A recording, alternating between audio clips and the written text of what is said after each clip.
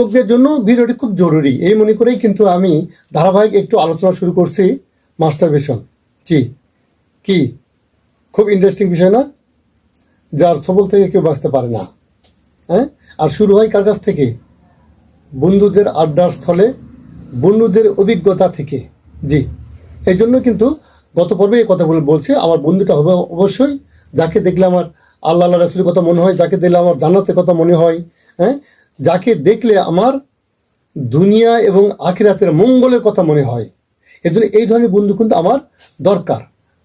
এজন্য ভাই দোস্ত, যদি আমি এই মাস্টারবেশনে আসক্ত হয়ে যাই, অবস্থাটা কোথায়?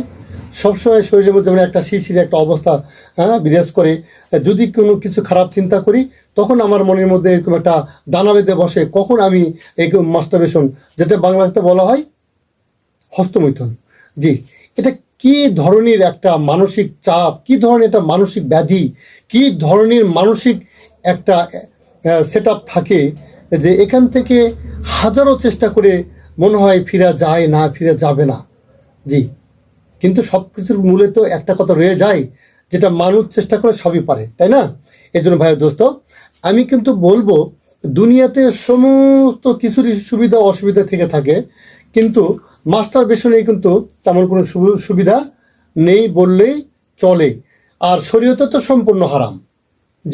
ওজোর আপত্তি সেটা ভিন্ন মাসলা মাসালের ব্যাপার এটা। তাছাড়া কিন্তু সম্পূর্ণ হারাম এই হস্তমৈথুন।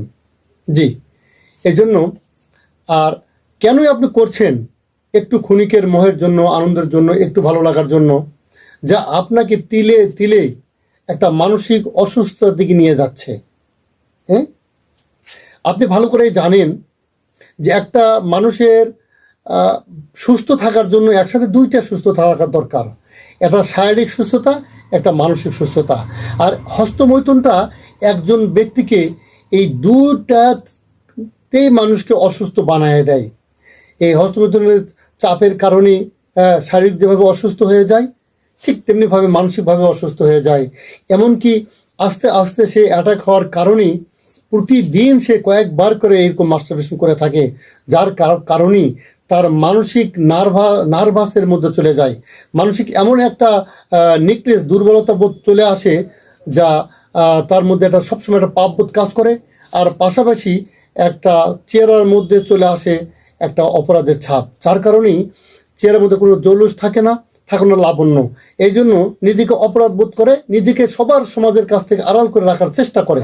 এই জন্য ভাই দোস্ত, আমরা এই ধরনের পাপ না করি,